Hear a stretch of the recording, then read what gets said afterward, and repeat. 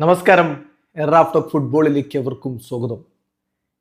El Clasico പോരാട്ടം കാത്തിരിക്കുകയല്ലേ എല്ലാവരും. ഇന്ന് രാത്രി ഇന്ത്യൻ സമയം 8:45 സാന്റിയാഗോ ബെർണാബുവിൽ പന്തുരുളുമ്പോൾ തീ പറക്കുന്ന ഒരു പോരാട്ടമാണ് നമ്മളൊക്കെ പ്രതീക്ഷിക്കുന്നത്. രണ്ട് ഭാഗത്തും 18കാരായ രണ്ട് സൂപ്പർ താരങ്ങളുണ്ട്.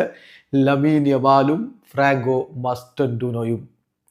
യമാൽ വേഴ്സസ് മസ്റ്റൻഡൂനോ എന്നൊക്കെ പറയണോ എന്ന് പലർക്കും സംശയങ്ങളൊക്കെ ഉണ്ടാകും. കാരണം യമാൽ പ്രൂവ് ചെയ്ത ഒരാളാണ്. കഴിഞ്ഞ സീസണിലടക്കം മികച്ച പ്രകടനം നടത്തി ബാലൻഡിയോറിൻ്റെ ലിസ്റ്റിൽ 2ാം സ്ഥാനത്ത് വന്നയാളാണ്.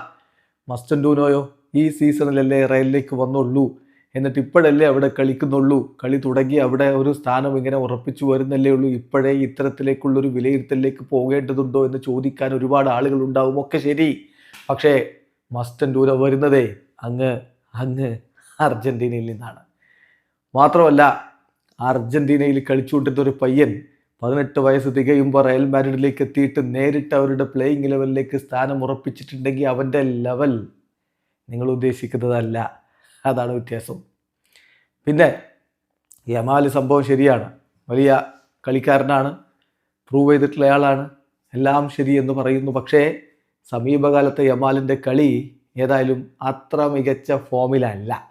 ഇപ്പം കഴിഞ്ഞ അവരുടെ കളിക്ക് ശേഷം വലിയ രൂപത്തിലുള്ള വിമർശനം യമാലിനെതിരെ വന്നുകൊണ്ടിരുന്നത് നമ്മൾ കണ്ടു. മേജർ രൂപത്തിലൊന്ന് ഡ്രിബിൾ ചെയ്ത് പോകാനോ മറ്റു നീക്കങ്ങൾ ഉണ്ടാക്കാനോ ഒന്നും പരിക്ക് മാറി തിരികെ വന്ന താരത്തിന് ഇപ്പോൾ കഴിയുന്നില്ല എന്നുള്ള വിമർശനങ്ങൾ സ്പാനിഷ് മാധ്യമങ്ങളിൽ തന്നെ ഇങ്ങനെ കറങ്ങി നടപ്പുണ്ട്. അതുകൊണ്ടാണ് ഹൻസി ഫ്ലിക്കിനോട് കഴിഞ്ഞ കളിക്ക് ശേഷം നേരിട്ട് മാധ്യമങ്ങൾ ആ കാര്യം ചോദിക്കുന്നതും. കഴിഞ്ഞ UCL പോരാട്ടത്തിന് ശേഷം ആ ചോദ്യം വരുന്നത്. അതിന് അദ്ദേഹം പറഞ്ഞ മറുപടി, നമുക്ക് ഞായറാഴ്ച യമാലിനെ ഏറ്റവും മികച്ച രൂപത്തിൽ കാണാൻ പറ്റും.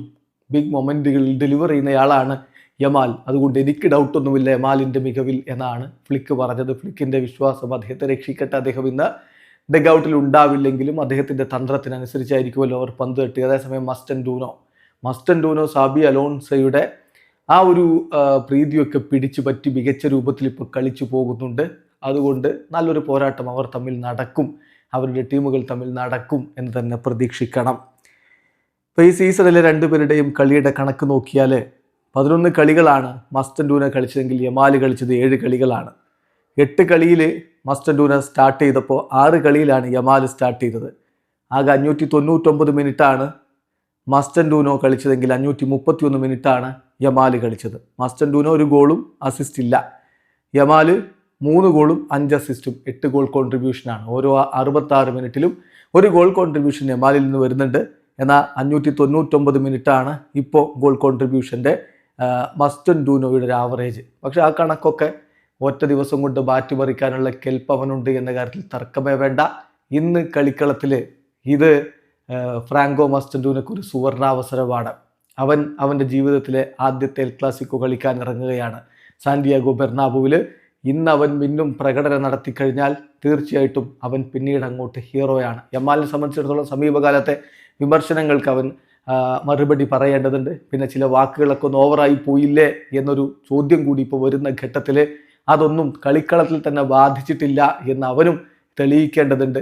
അവൻ ഇപ്പോൾ ഇബായില നൗസിനോട് പറയുന്നുണ്ട്, ബെർണാബുവിൽ ഗോൾ അടിക്കുമോ ചോദിക്കുമ്പോൾ പറഞ്ഞൊരു മറുപടി ഉണ്ട്, ഓൾറെഡി ഞാൻ അവിടെ ഗോൾ അടിച്ചതാണ്, നിങ്ങൾ മറന്നുപോയോ എന്ന് ചോദിക്കുന്നുണ്ട്. ഏതായാലും വിജയിച്ചു കയറുമെന്ന വലിയ ആത്മവിശ്വാസം പ്രകടിപ്പിക്കുന്ന ഒരു വീഡിയോ ഒക്കെ ഇന്ന് യമാലും പങ്കുവച്ചിട്ടുണ്ട്. അപ്പോൾ അതുകൊണ്ട് കാത്തിരിക്കാം ഇന്നത്തെ ഒരു സൂപ്പർ പോരാട്ടത്തിനായി. വീഡിയോ അവസാനിക്കുന്ന ഫുട്ബോൾ ലോകത്തെ കൂടുതൽ വിശേഷങ്ങളുമായി റഫ് ടോക്സ് എത്താം.